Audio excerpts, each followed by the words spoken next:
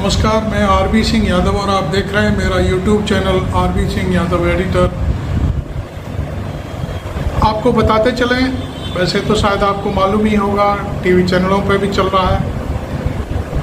Bharatiya Janata party की स्थिति बहुत ख़राब है। ख़ास तौर पर हम इसलिए कह रहे हैं ख़राब कि हरियाणा में चुनाव है। जम्मू कश्मीर में तो उसको कोई लेना देना नहीं है, कितनी सीटें जीतती है क्या करती है इससे कोई मतलब नहीं है, क्योंकि पिछला लोकसभा का चुनाव भी उसने नहीं लड़ा था, अभी भी कोई जीता नहीं जीता कोई फ़र्क नहीं पड़ता, क्योंकि वो हिंदुत्व की राजनीति करती है। लेकिन हरियाणा में इस समय बहुत हालत ख़राब है। मैं खबर भी बताऊंगा, लेकिन आपको आज की ताज़ा खबर ये है कि अमित शाह की रैली थी और वो रैली को बहुत जल्दी ही छोड़ करके चलते बने। क्या कारण था? भीड़ नहीं थी। और क्या कारण था? विरोध बहुत हो रहा है। पूरे हरियाणा में भारतीय जनता पार्टी का भारी विरोध हो रहा है और वो विरोध के कारण एक ही सबसे ज़्यादा है। पहली बात तो एमएसपी के लिए जो किसान बॉर्डर पर बैठे हुए हैं, बॉर्डर से इधर निकल करके आए थे, तब हरियाणा सरकार ने उनके ऊपर कितने जुल्म किए, वो सारी चीज़ें अब धीरे धीरे करके सामने आ रही हैं। दूसरा एक कारण है, वहाँ पर देखिए मैं आपको बता दूँ 35% के आसपास हरियाणा में जाट मतदाता है। और नरेंद्र मोदी अमित शाह की जोड़ी ने जाटों की जो बेटियां थी उनके खिलाफ जो काम किया है, वो उस समय तो कुछ नहीं बिगाड़ पाए जाट लोग, लेकिन अब उन्होंने ये तय कर लिया है कि निश्चित रूप से हम अब भारतीय जनता पार्टी को पूरी तरह सबक सिखाएंगे। आपको मालूम है कि हरियाणा की जो राजनीति है, हरियाणा का जो इतिहास है, जब से हरियाणा अलग हुआ है तब से लेकर अब तक हरियाणा में हमेशा जाट ज़्यादातर मुख्यमंत्री होते आए हैं। अभी 10 वर्ष से बीजेपी का शासन था। बीजेपी ने जाटों से राजनीति छीन करके दूसरे लोगों को दे दी। पिछला खट्टर थे, वो नॉन जाट थे। अब उनके बाद अभी बीच में एक छोटा मोटा डिप्टी चीफ मिनिस्टर भी था, उसको भी हटा करके, उससे भी अलग हो करके एक सैनी को बना दिया चीफ मिनिस्टर। तो कहने का अर्थ ये है कि भारतीय जनता पार्टी ने भले ही चौधरी चरण सिंह को सम्मान दिया है और उसके बदले में उनके पोते को अपने साथ ले लिया है, लेकिन हरियाणा के जाटों के लिए उनके दिमाग में, दिल में आज भी कड़वाहट भरी हुई है। और इस कड़वाहट के पीछे अभी देखिए ताज़ा जो उदाहरण था, विनीत फोगाट कुश्ती के फाइनल में पहुंच गई थी और जब कुश्ती होने वाली थी 100 ग्राम वेट के चक्कर में उसको डिस्क्वालीफाई कर दिया गया।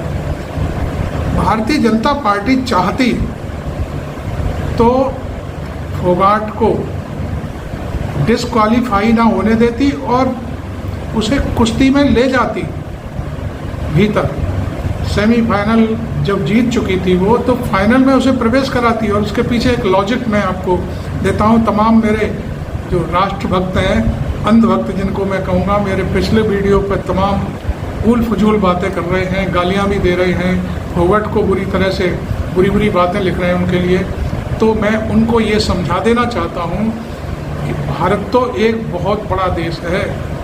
केन्या जैसे देश की एक बेटी डिस्क्वालीफाई कर दी गई दौड़ते दौड़ते, लेकिन और मात्र उसका दोष क्या था कि उसका हाथ दूसरे धावक के से लग गया था। केन्या ने कहा कि इसको यदि डिस्क्वालीफाई किया गया तो पूरा केन्या का जितना भी खेल जगत यहाँ पे आया हुआ है सब यहाँ से वापस हो जाएगा। वो धमकी काम आई। केन्या छोटा सा देश है, उस देश ने उस लड़की का डिस्क्वालिफिकेशन बचाया।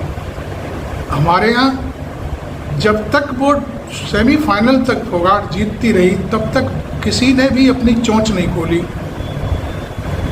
इंडिया में।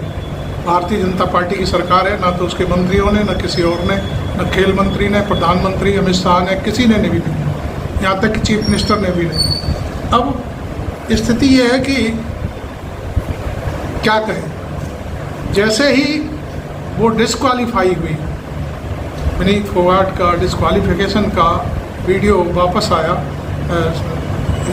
इंडिया में, जब ये खबर पहुंची तो एकदम से सन्नाटा छा गया और नरेंद्र मोदी ने तत्काल अपना ट्वीट किया कि शाबाश फोगाट, तुम यहाँ तक पहुँची और आपने पढ़ाई होगा उसको, मुझे कहने की ज़रूरत नहीं है। लेकिन जब वो जीतती रही तब तक एक शब्द भी नहीं कहा। ये सारी चीज़ें हैं। आज हरियाणा के लोग पूरी तरह से बदला लेने के मूड में हैं। और दूसरी बात देखिए, आज विनीत फोगाट बॉर्डर पे पहुंची है, पंजाब हरियाणा के बॉर्डर पे जहाँ किसान बैठे हुए हैं उनसे उसने मुलाकात की है और किसानों को बहुत सारी उन्होंने अपनी बातें बताई हैं, अंतरंग किसानों की अंतरंग बातें उन्होंने उनसे पूछी हैं, क्या क्या समस्या है, क्या है। और वो मैं समझता हूँ अब पूरी तरह से पूरे हरियाणा का चक्कर लगाएगी और लोगों से अपनी बात कहेगी। ये सारी चीज़ें मैं पूरी तरह से आपको इसलिए बता रहा हूँ कि भारतीय जनता पार्टी की स्थिति पूरी तरह से खराब है हरियाणा में। अभी एक सर्वे जो सामने आया है जिसमें शायद कांग्रेस ने कराया है, कांग्रेस को 80 सीटें मिली हैं 90 में से। भारतीय जनता पार्टी को कितनी मिली हैं, दूसरे दल हैं कितने हैं, वो छोटे मोटे इक्का दुक्का जैसे करके बांटने की चीज़ है, 10 में से पट जाएंगी। लेकिन कांग्रेस शायद 80 सीटों पर पूरी तरह से जोरदारी से चुनाव जीत रही है।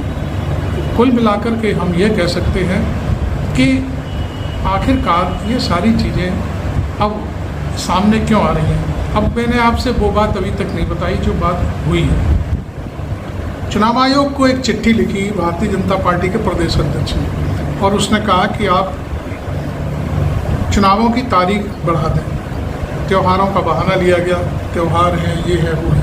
खैर चुनाव आयोग ने 2-4 दिन तो वो चिट्ठी दबा के रखी और उसके बाद आज सवेरे ही एक प्रेस कॉन्फ्रेंस हुई और उसमें कहा गया कि जो हरियाणा की जो चुनाव थे 1 तारीख को वो 4 को होंगे, 5 अक्टूबर को होंगे। और जो जम्मू कश्मीर की जो मतगणना थी वो भी अब टल गई। उसकी मतगणना भी 1 तारीख को होनी थी, चुनाव डिक्लेयर हो जाने थे उसी दिन। लेकिन अब भाजपा के उस पत्र के अनुसार अब सारा कुछ बदल गया है। 5 तारीख को मतदान होगा और जम्मू कश्मीर और हरियाणा के जो मतगणना है वो सारी की सारी अब 8 अक्टूबर को होगी। ये बात मैंने अभी तक आपको नहीं बताई थी। इसका मतलब साफ साफ ये है कि भारतीय जनता पार्टी पूरी तरह से डरी हुई है और इस डर का कारण हमको नहीं मालूम क्या है।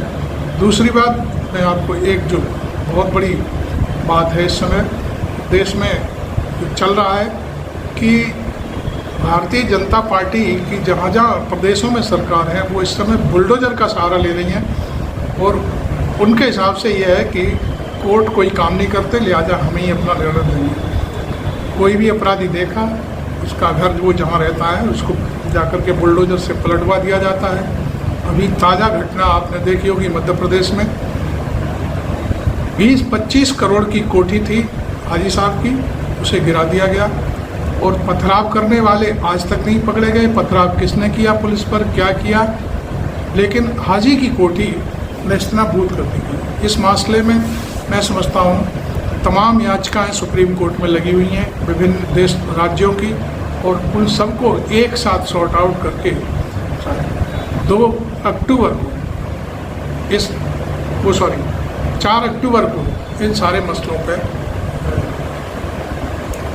सुनवाई होनी है। और ये सुनवाई ऐसी है कि उसमें बहुत कुछ निर्णय होना बाकी है। कई आपको मालूम है कई बार ये बातें उठी हैं कि यदि आपको बुलडोजर से ही न्याय करना है तो अदालतें किस काम के लिए बैठी हुई, इनमें ताले लटका दिए जाएँ, जजों को नौकरियों से हटा दिया जाए, बुलडोजर से ही सारा न्याय दिया जाए। कोई कुछ भी करता है बुलडोजर चला के उसका घर गिरा दो, सारी चीज़ें कर दो।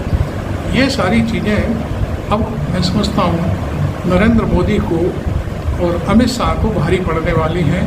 दूसरा जो मेन मुख्य कारण है जो आपको मैंने बताया कि भारतीय जनता पार्टी चिंतित है, और वो चिंता क्या है, मैं पहले एक बुलडोज़र की कहानी नूह वगैरह में भी रह गई थी। नूह में घर गिरा दिए गए थे मुसलमानों के, जब एक कोई यात्रा चल रही थी उसमें,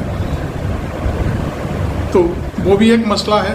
बहुत सारी चीज़ें हैं कि सरकार अपने हाथ में ले लेती है, और कानून जब हाथ में लेती है तो वो ये नहीं देखती ये घर मुख्यतः ये अपराधी के नाम है या उसके बाप के नाम है या भाई के नाम है या पत्नी के नाम है। अरे भाई ठीक है, अपराधी ने अपराध किया, अपराध को साले को गिरफ्तार करो, फांसी चढ़वा दो, न्याय व्यवस्था है देश में। लेकिन आप घर कैसे गिरा देंगे? उसके बाप का घर है या किसी और का घर है, या वो किराए पर रह रहा है वहाँ पे, तो मकान मालिक का घर गिरा दिया। ये सारी चीज़ें डिस्कस होंगी सुप्रीम कोर्ट में, इससे भी बड़ी चिंता का विषय बना हुआ है। दूसरी एक कहानी मैं आपको जो अभी छूटी जा रही है वो छूटने नहीं दूंगा।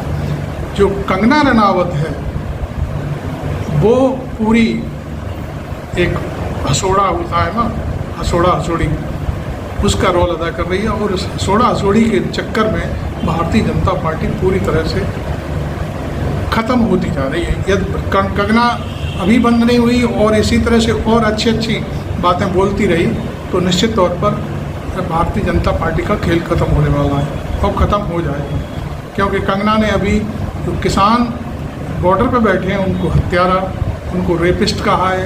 अभी कल उन्होंने फिर एक बयान दिया कि जातीय जनगणना नहीं होनी चाहिए, जबकि देश में ये पूरी आग की तरह सुलग रही है।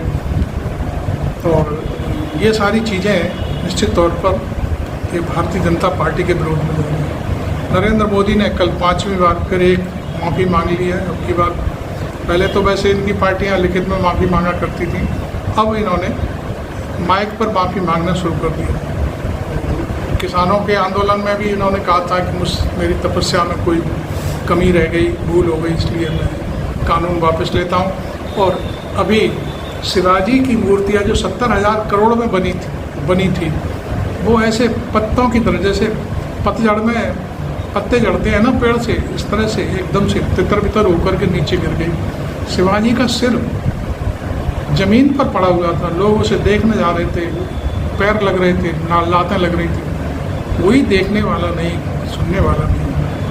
तो ये सारी चीज़ें कैसी मूर्तियां हैं। अभी सामना के संपादक हैं, उन्होंने कल एक अपने वीडियो में दिखाया कि नेहरू जी ने एक मूर्ति वहाँ लगवाई थी बॉम्बे में, वो आज भी जहाँ की था जैसी है वैसी है, चमकती है। और भी तमाम महात्मा गांधी की मूर्ति संसद में लगी हुई है, अंबेडकर साहब की, हालांकि उन्होंने अब नई संसद में इन मूर्तियों को पीछे कर दिया है।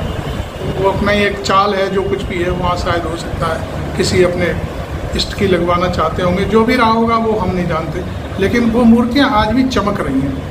इतने सारे मुद्दे हैं। हरियाणा की जनता आपको मालूम है मुंहफट है, जिसका दामन पकड़ती है वो दामन पकड़ के ही रहती है, चाहे कुछ भी हो जाए, क्योंकि ठेठ किसान लोग हैं, और किसान रेपिस्ट कभी नहीं हो सकते, हत्यारे कभी नहीं हो सकते। किसान तो अन्नदाता है, अन्नदाता कभी हत्यारा नहीं हो सकता। आपको ये वीडियो कैसा लगा ज़रूर लिखें, अपनी राय ज़रूर दें। मैं आरबी सिंह यादव।